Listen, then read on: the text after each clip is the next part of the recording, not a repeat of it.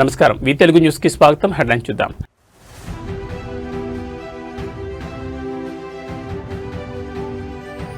Telangana Delaware మధ్య కుదిరిన స్నేహహస్తం. CM Revanth తో గవర్నర్ మార్క్ మేయర్ భేటీ.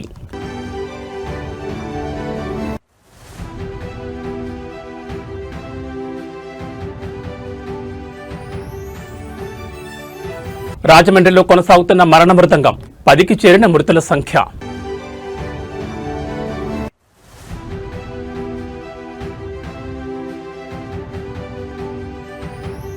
సుప్రీంకోర్టు ఆదేశాలతో వేగవంతమైన ప్రక్రియ. అనర్హత పిటిషన్లపై స్పీకర్ వరుస విచారణలు.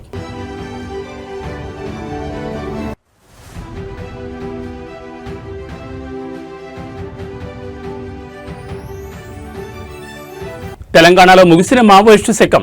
జనజీవన స్రవంతిలోకి అగ్రనేత గణపతి.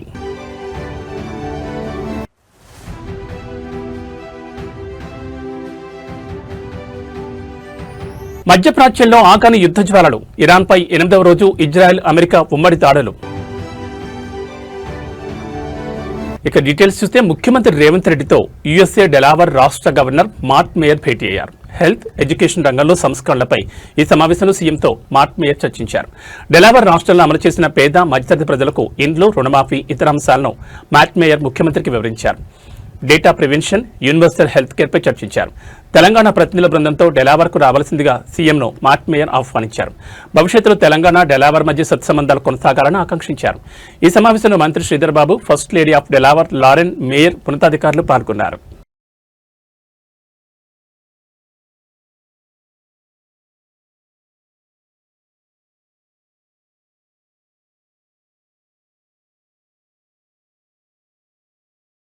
రాజమండ్రి కల్తీపాల ఘట్టంలో మరొకరు మృతి చెందారు. దీంతో మృతుల సంఖ్య 10కి చేరింది. కల్తీపాలు తాగడంతో తీవ్ర అస్వస్థతకు గురై ఆసుపత్రిలో చికిత్స పొందుతూ అనంతలక్ష్మి అనే వృద్ధురాలు మరణించింది. ప్రస్తుతం మరో 10 మంది బాధితులు రాజమండ్రి, వైజాగ్ నగరాల్లోని వివిధ ఆసుపత్రుల్లో చికిత్స పొందుతున్నారు. వారిలో 6గురి పరిస్థితి విషమంగా ఉన్నట్లు వైద్యులు తెలిపారు.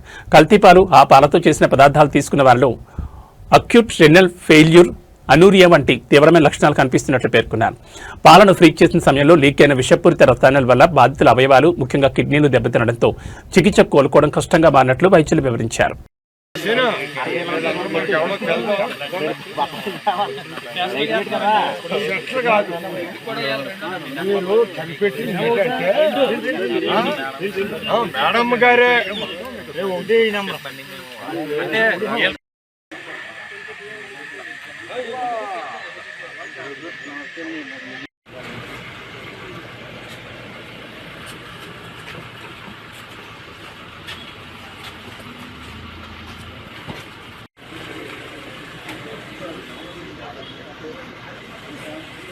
తెలంగాణ స్పీకర్ గడ్డం ప్రసాదరావు ఇవాళ ఎమ్మెల్యే దానం నాగేందర్ అనర్హత పిటిషన్పై విచారించనున్నారు. ఇప్పటికే 10 మంది ఎమ్మెల్యేల అనర్హత పిటిషన్లపై స్పీకర్ విచారణ జరిపారు. అయితే కడియం శ్రీహరి, దానం నాగేందర్ల అనర్హత పిటిషన్లపై విచారణ మున్సిపల్ ఎన్నికల నేపథ్యంలో వాయిదా పడింది. ఇటీవల కడియం శ్రీహరి అనర్హత పిటిషన్పై విచారణ జరిగింది. నేడు ఖైరతాబాద్ ఎమ్మెల్యే దానం నాగేందర్ పిటిషన్పై స్పీకర్ విచారణ చేయనున్నారు. 10 మంది బీఆర్ఎస్ ఎమ్మెల్యేలపై అనర్హత పిటిషన్పై విచారించాలని సుప్రీంకోర్టులో ఆ పార్టీ పిటిషన్ వేసింది. సుప్రీంకోర్టు ఆదేశాల మేరకు స్పీకర్ విచారణలో వేగవంతం చేశారు. 10 మంది ఎమ్మెల్యేల్లో ఇప్పటికే స్పీకర్ 8 మంది పార్టీ మారినట్టు ఆధారాలు లభించలేదని తెలిపారు. క్వశ్చన్ కు సంబంధించి మాట్లాడుతా అంటే మీకు మైక్ ఇస్తాను. మీరు ముఖ్యమంత్రిని విమర్శిస్తా అంటే నేను మైక్ ఇవ్వను. ముఖ్యమంత్రిని విమర్శిస్తా అంటే మైక్ ఇవ్వను. ప్లీజ్ ప్లీజ్ మీరు కూర్చోండి. సార్, ఎన్నికలు ఇంకా రావడానికి టైం ఉంది. రేవంత్ రెడ్డిని ఓడగొట్టుడు, గెలిపించుడు కాదు. ముందు మనము మన జరిగినటువంటి తప్పులు తెలుసుకోవాలి. మరి ఏదో స్థామిత లేక మనం చేయకూడదు. ఎందుకంటే గురిగించ కింద ఉన్న మచ్చాగా ఎవరు తెలియదు, అది ప్రాబ్లం ఉంది. అందుకనే ఇప్పుడే కానీ ఒక స్థాయిలో ఉన్న వ్యక్తిని మనము తప్పుగా మాట్లాడితే ఆ స్థాయి ఉన్న వ్యక్తి కూడా కిందికి వచ్చి మాట్లాడాల్సి వస్తుంది. అందుకనే వీలే కదా మరి ముఖ్యమంత్రిని ఏకవచనంతో సంబోధించడము, నోటికి వచ్చినట్టు మాట్లాడడం, ఎవరైనా కానీ ఒక స్థాయిలో ఉన్న వ్యక్తికి మర్యాద ఇవ్వడం అనేది అది ప్రజాస్వామ్యంలో అది మన బాధ్యత. అలా కాకుండా వ్యక్తిగతంగా విమర్శించడం వల్లనే ఇవన్నీ వస్తున్నాయి. కాబట్టి రాజకీయంగా మీరు చేయొచ్చు. ఆయన కూడా, ముఖ్యమంత్రి కూడా ఛాలెంజ్ చేస్తున్నాడు.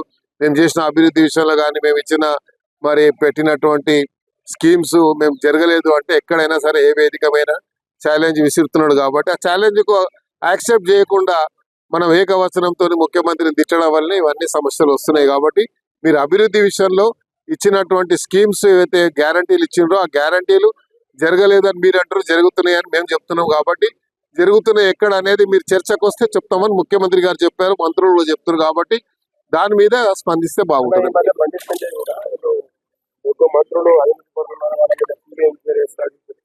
ఇప్పుడు ఆయన కేంద్ర మంత్రి ఉన్నాడు, ఆయన మన కేంద్ర మంత్రుల గురించి చెప్పిండా, రాష్ట్ర మంత్రుల గురించి చెప్పిండా మనకు తెలియదు కదా. కాబట్టి ఏదైనా సరే బండి సంజయ్ గారు ఆయన ఒక మన హోమ్ మినిస్టర్ ఉన్నాడు. హోమ్ మినిస్టర్ ఉంటే అన్ని విభాగాలు ఆయన చేస్తుంటాయి. సిబిఐ కానీ ఈడీ కానీ అన్ని స్టేట్ మినిస్టర్ కంట్రోలే ఉంటాయి, కేబినెట్ మినిస్టర్ కంట్రోల్ ఉంటాయి. కాబట్టి ఆయన స్థాయిలో మేము తెప్పించుకుంటున్నాం. ఎందుకు సమాచారం ఉంటే యాక్షన్ తీసుకోవాలి. తెలంగాణ రాష్ట్రంలో భద్రతా పరంగా చారిత్రాత్మక పరిణామం చోటు చేసుకోబోతోంది. దశాబ్దాల కాలంగా అడవిని నమ్ముకుని పోరాడుతున్న మావోయిస్టులు భారీ సంఖ్యలో జనజీవన స్రవంతిలో కలవాలని నిర్ణయించుకున్నారు.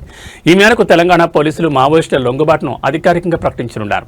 ఇవాళ సాయంత్రం 4 గంటలకు సీఎం రేవంత్ రెడ్డి ప్రత్యేకంగా ప్రెస్ మీట్ నిర్వహించనున్నారు. ఈ సమావేశంలోనే మావోయిస్టుల లొంగుబాటు ప్రక్రియను ముఖ్యమంత్రి స్వయంగా వెల్లడించనున్నారు. ఇందులో భాగంగా మావోయిస్ట్ పార్టీ మాజీ దళపతి అగ్రనేత ముప్పాళ్ల లక్ష్మణరావు అలియాస్ గణపతి ఇవాళ సీఎం ఎదుట లొంగిపోనున్నట్లు తెలుస్తోంది. ఆయనతో పాటు మరో 124 మంది వివిధ స్థాయిలకు చెందిన మావోయిస్ట్ నాయకులు, కమాండర్లు, సభ్యులు కూడా లొంగిపోనున్నారు. ఇందులో మావోయిస్ట్ పార్టీ అగ్రనేత దేవ్జీకి చెందిన PLGA విభాగానికి చెందిన వారు కూడా ఉండడం గమనార్హం. Bigg Boss Telugu season 9 runner up గా నిలిచిన తనూజ పుట్టస్వామి ఇటీవల తిరుమలలో బర్త్డే సెలబ్రేషన్స్ చేసుకోవడం వివాదానికి దారితీసింది. పవిత్రమైన తిరుమలలో కేక్ కటింగ్ తో బర్త్డే సెలబ్రేషన్ చేసుకోవడంపై నెట్టింట తీవ్ర దుమారం రేగింది. దీంతో వైసీపీ ఎమ్మెల్సీ దువ్వాడ శ్రీనివాస్ మాధురుడు ఈ ఘటనపై వివరణించారు. తిరుమలలో బర్త్డే వేడుకలు జరిపింది వాస్తవమే అయినా అందులో తనూజకు ఎలాంటి సంబంధం లేదన్నారు. తన బర్త్డే సందర్భంగా శ్రీవారిని దర్శించుకోవాలని కోరడంతో తిరుమలకు వెళ్లామన్నారు.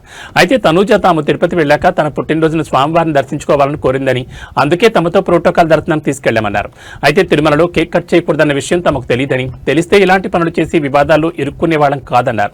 దీనికి రాజకీయ రంగు పులిమి కాంట్రవర్సీలోకి లాగొద్దన్నారు. కేక్ కటింగ్ గురించి ఆమెకేమీ తెలియదని, అది ఎగ్లెస్ కేక్ మాత్రమేనని స్పష్టం చేశారు. అందరికీ నమస్కారం. ఇటీవల కాలంలో తిరుపతి తిరుమల దేవస్థానం గురించి ప్రతి సబ్జెక్ట్ని దానికి లింకప్ చేసి మాట్లాడటం బాగా అలవాటైపోయింది. ప్రత్యేకంగా కొన్ని మీడియా ఛానల్స్ చాలా దుర్మార్గంగా ఒక పరమ పవిత్రమైనటువంటి దేవస్థానం గురించి ఇలా చర్చించడం కూడా ప్రజలకు నచ్చట్లా. ఈ విషయం చాలామంది బాధపడుతున్నారు. ఇటీవల కాలంలో నేను మొన్నను 3వ తారీఖు తిరుపతి వెళ్ళాను. 3వ తారీఖు సాయంత్రం దిగువ తిరుపతిలోనే మరాసా ఇంటర్నేషనల్ హోటల్ మరాసా సరోవర్లో ఓ రాత్రి ఉండి 2వ రోజు సాయంత్రం 4వ తారీఖు సాయంత్రం తిరుమల వెళ్ళాను. వెళ్ళేటప్పుడు మరి బిగ్ బాస్ ఫేమ్ తనూజ పాప నా పుట్టినరోజు ఉంది, పుట్టినరోజు సందర్భంగా వెంకటేశ్వర స్వామిని దర్శించుకోవాలని ఉంది సార్ అంటే, తప్పకుండా రామ్మ, నాతో పాటు ప్రోటోకాల్ దర్శనంలో నీకు తీసుకెళ్తానని చెప్పాం. తీసుకెళ్ళాం. మరి ప్రోటోకాల్ దర్శనానికి ముందు ఆ పాప పుట్టినరోజు కాబట్టి సాధారణంగా ఏ భక్తుడైనా ఈ జీవితం ఇచ్చింది ఎవరు? వెంకటేశ్వర స్వామి. వెంకటేశ్వర స్వామితో ఆశీస్సులతోనే ప్రతి జీవితం ఈ భూమి మీద నిలబడి ఉంది, నడుస్తుంది. జీవరాశులే, సకల కోటి జీవరాశులే ఉన్నాయి.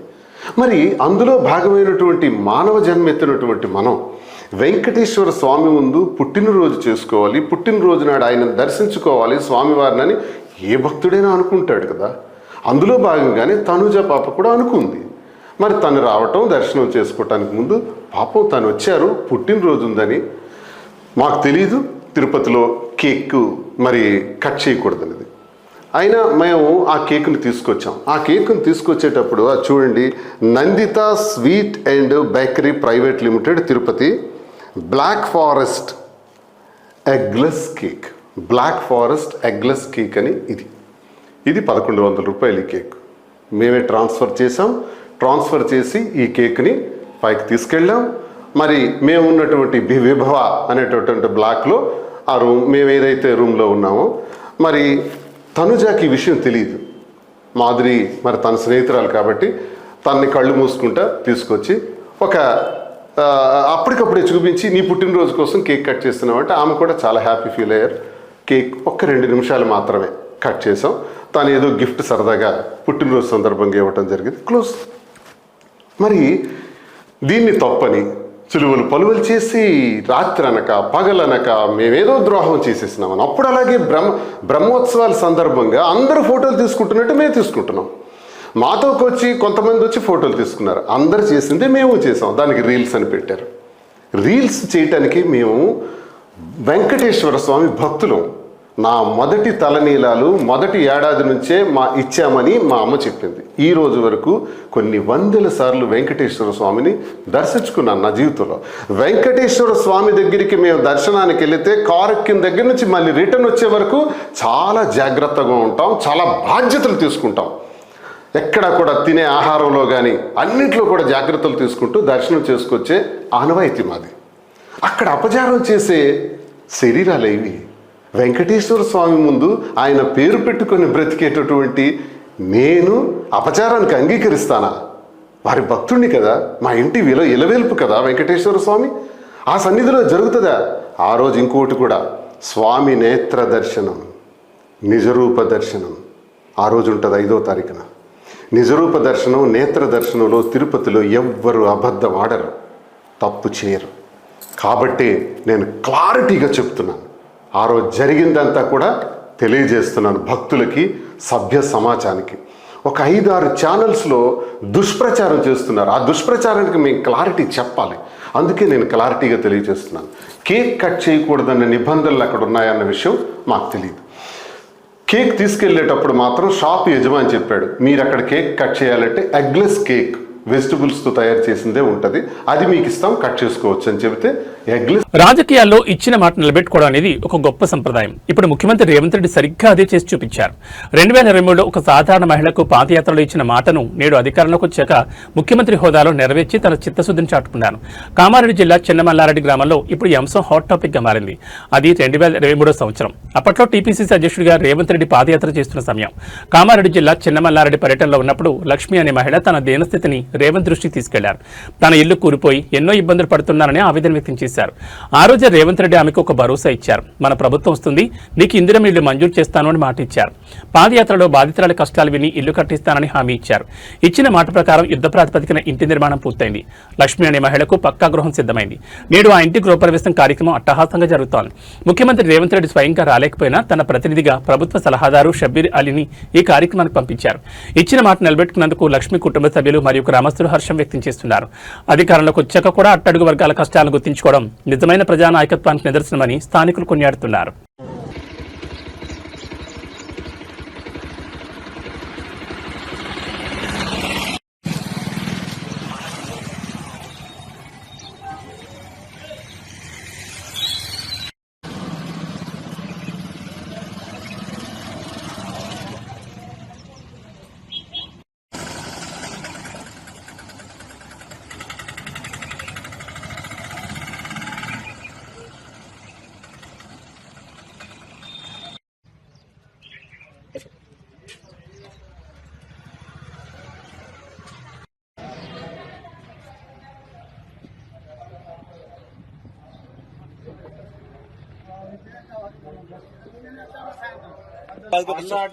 మళ్ళీ మరకలాగానే ఉంటుంది.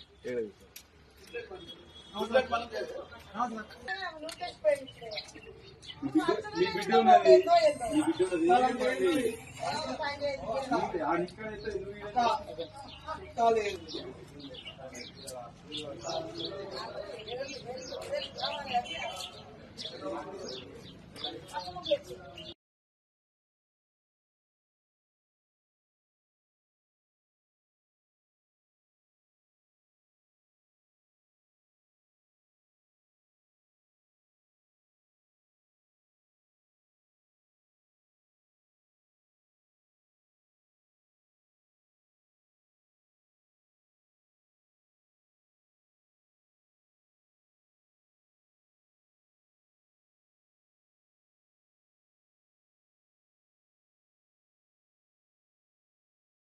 ప్రజా యుద్ధన ఒక గద్దర్ పేరుతో తెలంగాణ ప్రభుత్వం గద్దర్ ఫిల్మ్ అవార్డులను అందజేస్తున్న సంగతి తెలిసిందే. ఈ నేపథ్యంలో తాజాగా 2025 ఏడాదికి గాను అవార్డులను జ్యూరీ ప్రకటించింది.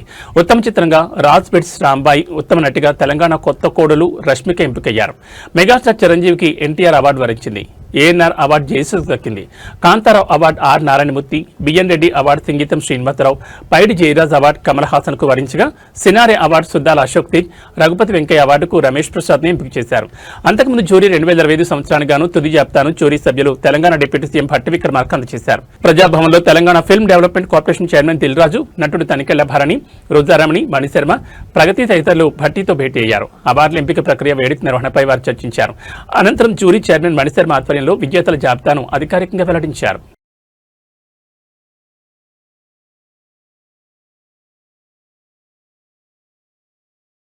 ఆంధ్రప్రదేశ్, తెలంగాణ రాష్ట్రాల్లో ఉష్ణోగ్రతలు భారీగా నమోదవుతున్నాయి. గతంలో ఎన్నడూ లేని విధంగా మార్చి నెల మొదటి వారంలోనే అత్యధిక ఉష్ణోగ్రతలు నమోదవుతున్నాయి. పగటిపూట ఎండల తీవ్రతతో బయటకు అడుగుపెట్టలేని పరిస్థితి నెలకొంది. ఉక్కపోత, సెగగాలుల తీవ్రత కూడా మొదలైంది. సూర్యుడి బగబగలతో రోడ్లు కూడా వేడెక్కుతున్నాయి. పగలు 10 గంటలు దాటితే కర్ఫ్యూ వాతావరణం నెలకొంటుంది. విజయవాడ, హైదరాబాద్ నగరాల్లో అయితే 10 గంటల నుంచి సాయంత్రం 4 గంటల వరకు జనసంచారం కూడా కనిపించడం లేదు. మార్చి నెల 2వ వారం నుంచి ఉష్ణోగ్రతలు మరింత ఎక్కువవుతాయని వాతావరణ శాఖ అధికారులు తెలిపారు. తెలంగాణలోనూ ఎండల తీవ్రత అధికంగా ఉంది. తెలంగాణలోనూ అత్యధిక ఉష్ణోగ్రతలు నమోదవుతున్నట్లు హైదరాబాద్ వాతావరణ శాఖ అధికారులు తెలిపారు. ములుగు జిల్లా మంగంపేటలో 39 డిగ్రీల ఉష్ణోగ్రతలు నమోదైనట్లు వాతావరణ శాఖ అధికారులు తెలిపారు. ఈ ఏడాది ఇదే అత్యధిక ఉష్ణోగ్రతలని అధికారులు పేర్కొన్నారు. ఆదిలాబాద్ జిల్లాలో 38.9 డిగ్రీల ఉష్ణోగ్రతలు నమోదయ్యాయి. ఇక తెలంగాణలోని 14 జిల్లాలు 38 డిగ్రీల ఉష్ణోగ్రతలు నమోదయ్యాయి. సాధారణం కంటే 2 నుంచి 3 డిగ్రీల ఉష్ణోగ్రతలు నమోదవుతున్నాయి. మరోవైపు ములుగు, జయశంకర్ భూపాలపల్లి, భద్రాద్రి కొత్తగూడెం, సూర్యాపేట్, నల్గొండ, ఖమ్మం జిల్లాలో 40 డిగ్రీల ఉష్ణోగ్రతలు దాటే అవకాశం ఉందని వాతావరణ శాఖ ఆరెంజ్ అలర్ట్ జారీ చేసింది. వేడిగాలుల తీవ్రత కూడా మరింత ఎక్కువగా ఉంది.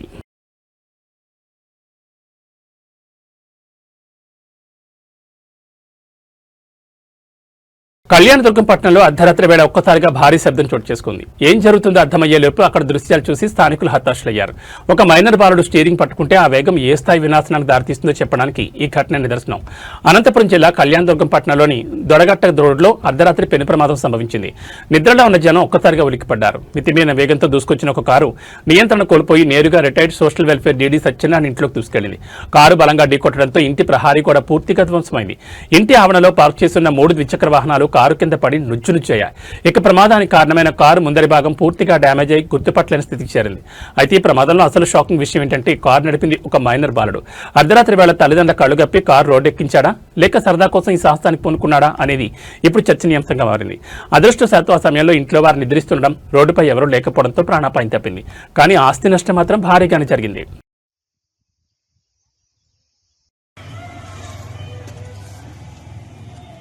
ఏమైంది అంకుల్? రాత్రి నా గ్రామార్ స్కూల్లో చదివే పిల్లగాడు డ్రైవింగ్ చేసుకొని ఆ ఇంటికి కుదిరినట్టు.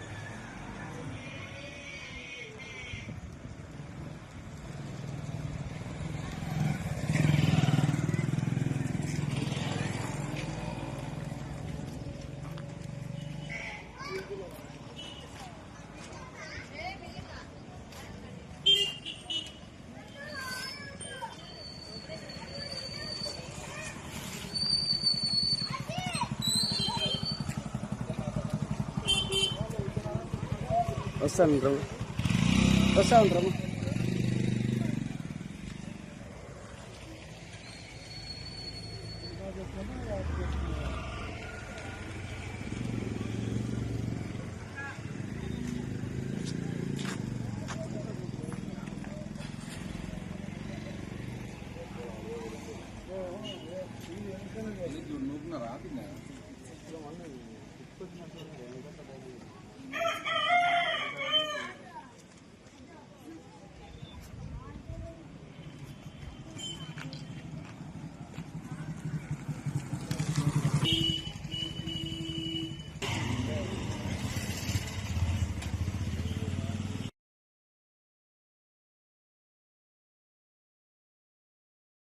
భక్తిభావంతో పులకించిపోయింది కాకినాడ రూరల్. అయోధ్యలో బాలరాముడి విగ్రహం ఏ స్థాయిలో దేశ ప్రజలను మంత్రముగ్ధులు చేసిందో ఇప్పుడు అదే తరహాలో వారాహిమాత విగ్రహం భక్తులకు దర్శనమిస్తోంది. కాకినాడ రూరల్ మండలం కరపలో శ్రీ వారాహిమాత అమ్మవారి విగ్రహ ప్రతిష్టాపన మహోత్సవం అత్యంత వైభవంగా జరిగింది.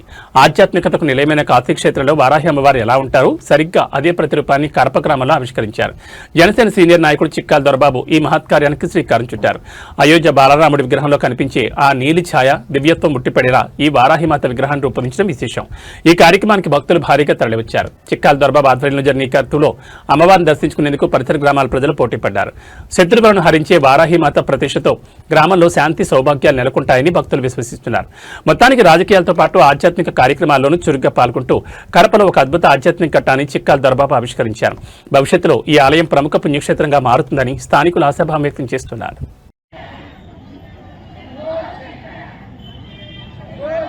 నమస్తస్యై నమస్తస్యై నమస్తస్యై నమో నమః భేదమశేషజం తౌ స్వై దారిద్ర్య దుఃఖ భయహారిణకాత్మజన్య సర్వస్వరూపే ఆవిడకి చూడండి, సర్వస్వరూపే సర్వేశే సర్వశక్తి సమన్వితే భయేభ్యస్త్రాఘినో దేవి దుర్గే దేవి వారాహి దేవి నమోస్తుతే. అమ్మ మీ చేతిలో ఉండేటువంటి పూజా ద్రవ్యం అక్షతలు కానీ పుష్పాలు కానీ ఏదైతే ఉన్నాయో అవన్నీ కూడా కళ్ళకద్దుకుని ఎవరెక్కడైతే పూజ చేశారు అక్కడ వేయండి. కాశీ వారాహి మాతాదేవ్యై నమః దివ్యశ్రీ వేదోక్త సువర్ణ మంత్ర పుష్పాంజలం సమర్పయామి. నమస్కరోమి నమస్కారం సమర్పయామి. అక్షత చేతితో పట్టుకుని పైకి లేవద్దు, కూర్చునే నమస్కారం చేసుకోండి. ప్రదక్షిణ చేసినట్టుగా అన్యథా శరణం నాస్తి అంటే నాదేం కాదమ్మా అంతా నీదేని అర్థం. చూడండి అంత గొప్ప మాట. అన్యథా శరణం నాస్తే త్వమేవ శరణం మమ తస్మాత్ కారుణ్య భావేన రక్ష రక్ష మహేశ్వరి. ఆత్మప్రదక్షిణ నమస్కారం సమర్పయామి. అక్కడ వేసేయండి. చెప్పండి పురస శిరస దృష్ట్యా. దృష్టి అనగానే అమ్మవారికి చూడండి. దృష్ట్యా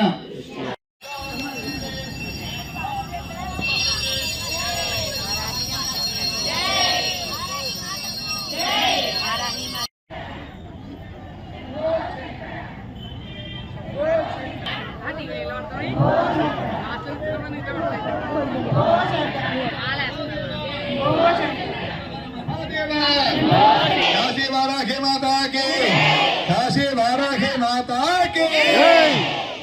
అమ్మ అందరూ కూడా కళగట్టుకున్నారమ్మా. అందరూ కూడా ఒక పుష్పం. ఓం రాజాధిరాజాయ ప్రసహ్య సాఘినే నమో వయం వై. ఎందుకమ్మ పిల్లాడి గురించా? ఓకే. నమో వయం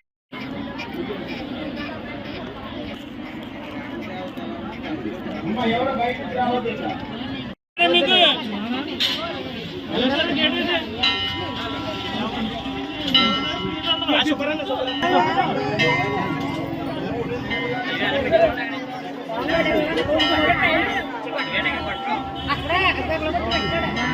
అమ్మ పక్కన ఒకసారి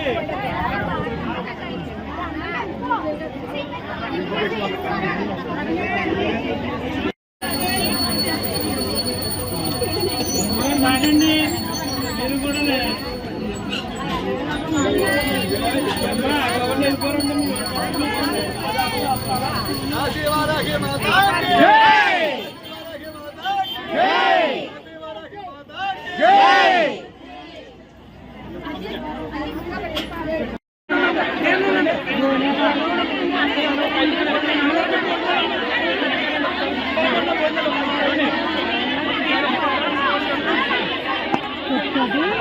ఇరాన్ సైనిక సామర్థ్యాలను పూర్తిగా నిర్వీర్యం చేసేందుకు ఇజ్రాయెల్, అమెరికాలు వరుసగా 8వ రోజు దాడులు జరుపుతున్నాయి. బాలిస్టిక్ క్షిపణి లాంచర్లు, డ్రోన్లు యుద్ధనౌకలు లక్ష్యంగా విరుచుకుపడుతున్నాయి. ఇరాన్ రెవల్యూషనరీ గార్డ్ కోర్కు చెందిన కార్యాలయాలు, కమాండ్ సెంటర్లను ధ్వంసం చేస్తున్నాయి.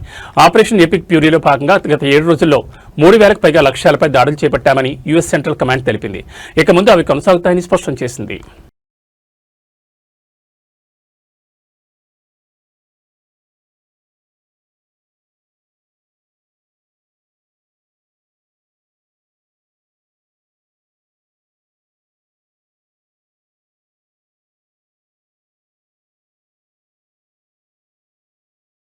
యుద్ధం జరుగుతున్న నేపథ్యంలో సామాన్యులకు ఊహించని షాక్ తగిలింది. సిలిండర్ ధరలు భారీగా పెరిగిపోయాయి. వంట గ్యాస్, కమర్షియల్ ఎల్పీజీ సిలిండర్ ధరలను కేంద్ర ప్రభుత్వమే భారీగా పెంచేసింది. ఈ మేరకు అర్ధరాత్రి నిర్ణయం తీసుకుంది. కేంద్ర ప్రభుత్వం తాజాగా పెంచిన ధరల ప్రకారం 14.2 కిలోల వంట గ్యాస్ సిలిండర్ ధరపై 60 రూపాయలు పెరిగింది. 19 కిలోల కమర్షియల్ సిలిండర్పై ఏకంగా 115 రూపాయలు పెంచింది కేంద్రం. ఈ కొత్త ధరలు నేటి నుంచి అమల్లోకి వస్తాయని సంచలన ప్రకటన చేసింది. ఈ లెక్క ప్రకారం హైదరాబాద్లో 14.2 కేజీల డొమెస్టిక్ సిలిండర్ ధర 905 నుంచి 965 రూపాయలకు చేరింది. అటు 19 కేజీల కమర్షియల్ సిలిండర్ ధర 1961 రూపాయల నుంచి 2076కు చేరింది. అయితే ఉజ్వల్ పథకం కింద అందించే సిలిండర్ ధరలో ఎలాంటి మార్పు లేదని సర్కార్ క్లారిటీ ఇచ్చింది. మిడిల్ ఈస్ట్ దేశాలలో యుద్ధ వాతావరణం నేపథ్యంలో వంట గ్యాస్ ధరలు పెరిగినట్లు తెలుస్తోంది. వంట గ్యాస్ను కాస్త అదుపులో వినియోగించుకోవాలని కూడా నిపుణులు సూచిస్తున్నారు.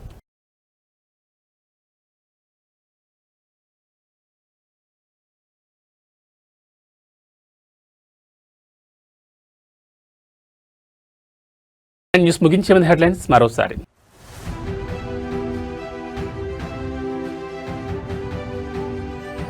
తెలంగాణ, డెలావర్ మధ్య కుదిరిన స్నేహహస్తం. సీఎం రేవంత్తో గవర్నర్ మార్ట్ మేయర్ భేటీ.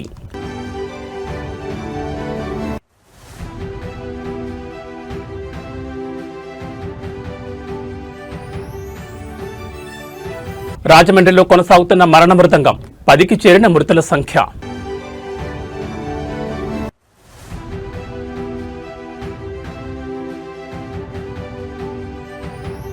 సుప్రీంకోర్టు ఆదేశాలతో వేగవంతమైన ప్రక్రియ.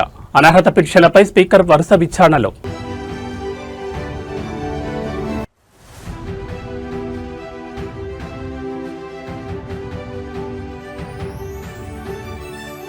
తెలంగాణలో ముగిసిన మావోయిస్టు శకం. జనజీవన స్రవంతిలోకి అగ్రనేత గణపతి.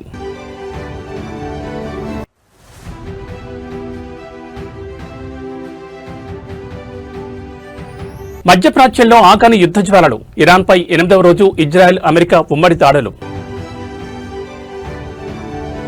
ఏవీ బులెటిన్ విశేషాలు.